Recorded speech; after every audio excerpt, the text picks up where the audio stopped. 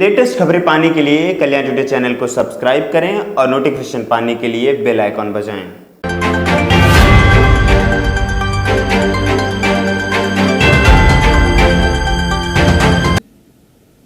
MMR में और IMR में जो अंतर देखने को मिला है, पूरे जो नेशनल एवरेज है उसमें राज्य के स्तर पर अगर हम देखेंगे तो उसमें उत्तर प्रदेश के स्तर पर और भी नए प्रयास किए जाने की आवश्यकता है। 2016 में अगर उत्तर प्रदेश के अंदर हम देखेंगे तो TFR 3.3 था और राष्ट्रीय स्तर पर 2.6 था।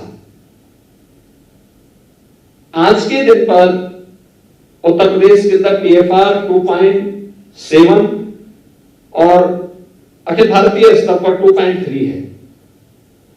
यानी हमें अभी कुछ नए प्रयास करने होंगे, अतिरिक्त प्रयास करने होंगे। एमएमआर अगर हम उत्तर प्रदेश के अंदर 2016 की दृष्टि से देखें तो 258 है और आज के दिन पर यह घटकर के 197 हुआ है। लेकिन अगर अखिल भारतीय स्तर पर हम देखेंगे तो 2016 में ये 178 था और आज के दिन पर 113 है। यानी उत्तर प्रदेश को इस दिशा में और अच्छे प्रयास करने होंगे। आईएमआर 2016 में अगर भारतीय स्तर पर उत्तर प्रदेश में 53 था, आज के दिन पर यह 43 है और अखिल भारतीय स्तर पर 2016 में 42 था, आज 33 है। यानी ये तीनों जो पैरामीटर हैं ये हम सबको प्रेरित करता है कि कहीं ना कहीं हम क्वालिटी पर ध्यान दें और क्वालिटी किस रूप में होनी चाहिए। और अवेयरनेस, अगर दो बच्चों के बीच में अंतराल नहीं होगा तो स्वाभाविक रूप से उनके पोषण पर असर पड़ेगा।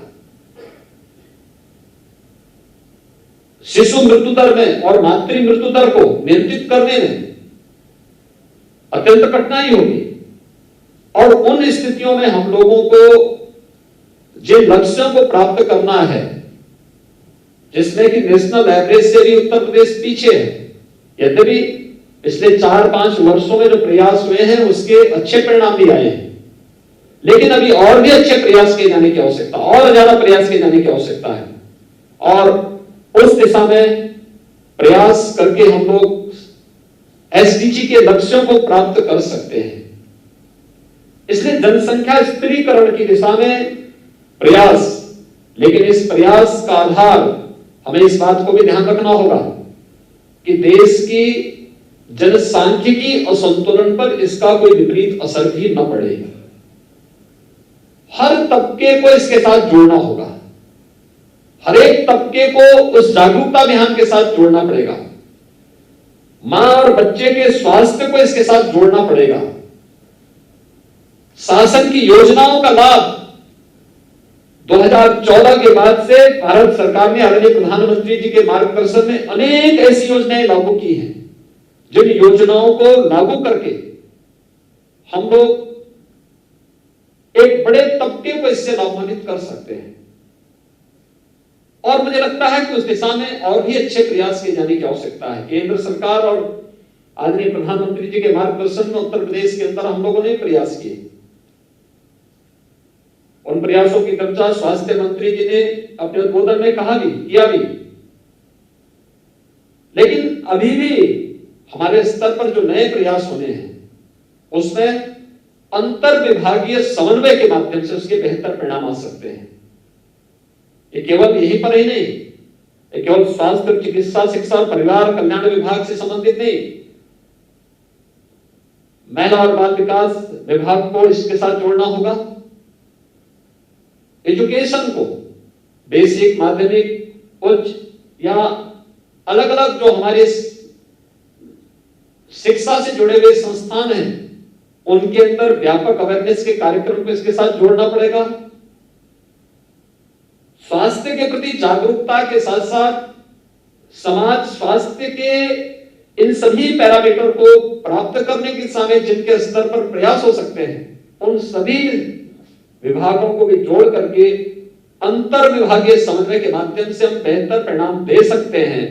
यह हमें विस्मृत नहीं करना चाहिए, क्योंकि हम लोगों ने अंतर विभागीय समन्वय के माध्यम से न केवल दिमागी बुखार को नियंत्रित किया है, बल्कि अंतर विभागीय बेहतर समन्वय के माध्यम से वैश्विक महामारी कोरोना को भी उत्तर प्रदेश ने बहुत अच्छे प्रबंधन के माध्यम से नियंत्रण की ओर ले जाने में सफलता प्राप्त की है।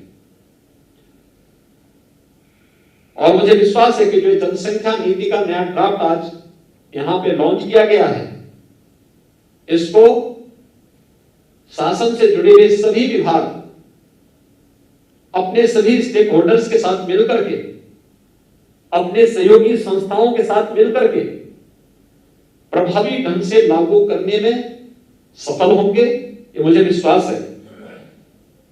मुझे प्रसन्नता है कि आज 11 आरटीपीसीआर की लैब भी शुभारंभ हो रही है। उत्तर प्रदेश ने पिछले 16 महीनों के दौरान वैश्विक महामारी कोरोना से लड़ते हुए, जूझते हुए, भारत सरकार के सहयोग से, आदरणीय प्रधानमंत्री जी की प्रेरणा से टेस्टिंग क्षमता को काफी आगे बढ़ाया है। जब कोरोना का पहला केस उत्तर प्रदेश के अंदर देखने को मिला था, तब हमारे पास कोई टेस्टिंग सुविधा नहीं थी, और मैं धन्यवाद दूंगा स्वास्थ्य चिकित्सा विभाग को और चिकित्सा शिक्षा विभाग को, जिन्होंने केंद्र और राज्य सरकार के सहयोग से आज टेस्टिंग क्षमता अब तक 4 लाख टेस्ट प्रतिदिन करने की विकसित की। मुझे लगता है देश और दुनिया के अंदर ये सर्वाधिक है, 4 लाख टेस्ट प्रतिदिन, और ये 11 नई लैब्स आई है। इसके माध्यम से हमारी टेस्टिंग क्षमता और भी बढ़ पाएगी, और हम लोगों का जो मकसद रहता था कि सैंपल का 24 घंटे के अंदर ही हम रिजल्ट दे दें, तो यह उन जनपदों की दृष्टि से जहां पर 11 लैब्स स्थापित हो रही है, वे जनपद हैं जहां पर ज्यादातर में हमारे कोई भी मेडिकल कॉलेज नहीं, और जहां पर इसकी आवश्यकता थी। यानी अब 44 ऐसे जनपद हो गए हैं जहां पर चिकित्सा और स्वास्थ्य विभाग के द्वारा बीएसएल लेवल 2 की जो हमारी आरटीपीसीआर लैब्स हैं, ये स्थापित हो चुकी हैं। शेष अन्य जनपदों की दिशा में हमारे वहां पे कोई ना कोई मेडिकल संस्थान है, वहां पर इस सुविधा को चिकित्सा शिक्षा विभाग के द्वारा दी जा रही है या दी जा चुकी है।